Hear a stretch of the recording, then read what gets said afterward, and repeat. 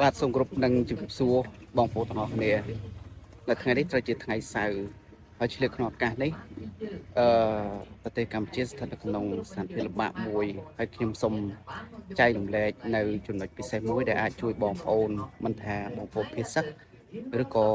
បងប្អូនដែលនៅក្នុងខេត្តសៀមរាបបាទមានឱកាសពិសេសមួយនោះគឺទាក់ទងនឹងការប្រើប្រាស់ទឹកនៅថ្ងៃនេះខ្ញុំបាន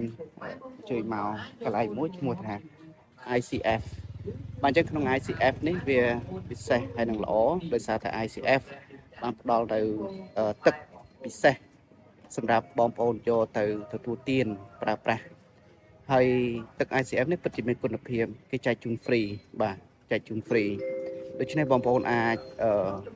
អញ្ជើញមកយកទឹកនៅទីនេះបានទឹកចម្រោះល្អបាទល្អហើយបើសិនជាយើងតាក់ទងនឹងការយកវិញបងប្អូនអាចយកពីធុងធំបាទពីធុងធំនេះ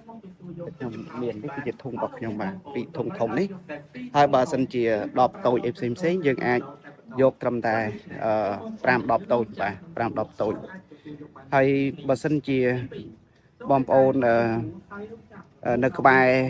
ហ្នឹងបងប្អូនអាចមកយកបានហើយដើម្បីដឹងថាតើ ICF ហ្នឹងនៅណាដែរគឺបងប្អូនដឹងថា ICF មានទីតាំងនៅភូមិភ្នាជ័យបាទភូមិភ្នាជ័យឃុំស្វាយនឹងគុំហើយបើសិនជាពិបាករកបងប្អូនអាចបាយពាក្យថា ICF ឬក៏បងប្អូនអាចមកស្គាល់ភូមិបៃតងបាទភូមិបៃតងអញ្ចឹងនៅពេលដែលបងប្អូនអញ្ជើញមកដល់ភូមិបៃតងបងប្អូនបន្តដំណើរមកខាងក្រោយពេលដែលមកក្រោយជិះមកយើងអាចមើលឃើញទេសភាពភូមិបៃតងនៅខាងក្រោយបាទស្អាតឃើញមានវាស្រែវាឈូកអីទៅហើយបងប្អូនបត់ស្ដាំពេលដែលបត់ស្ដាំធ្វើដំណើរបដាមកបងប្អូនប្រហែលចំណាយពេលប្រហែលតែបាន1នាទីផង50ម៉ែត្រខាងស្ដាំដៃហ្នឹងឃើញ ICF ហើយ ICF នេះគឺពិសេសល្អក៏អរគុណដោយសារតែ ICF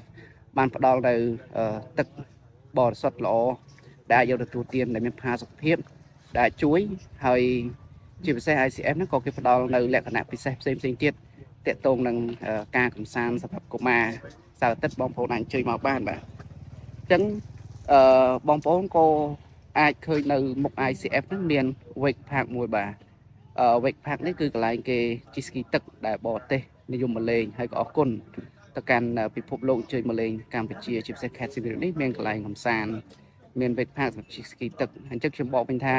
បើសិនជាបងប្អូនត្រូវការទឹកបាទសូមអញ្ជើញមកទទួល free ដែលគិតថ្លៃនៅ ICF ហើយបើសិនជាបងប្អូនមានលទ្ធភាពបងប្អូនអាចចូលរួមជាថវិកាតិចក្តីច្រើនក្តីដើម្បី support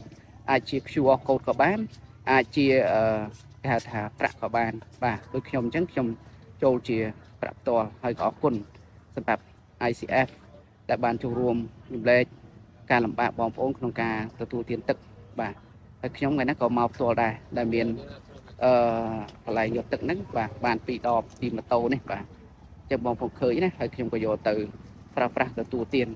អរគុណច្រើនបងប្អូនទាំងអស់គ្នាសូមសុខសុវត្ថិភាពជាពិសេសជូនពរ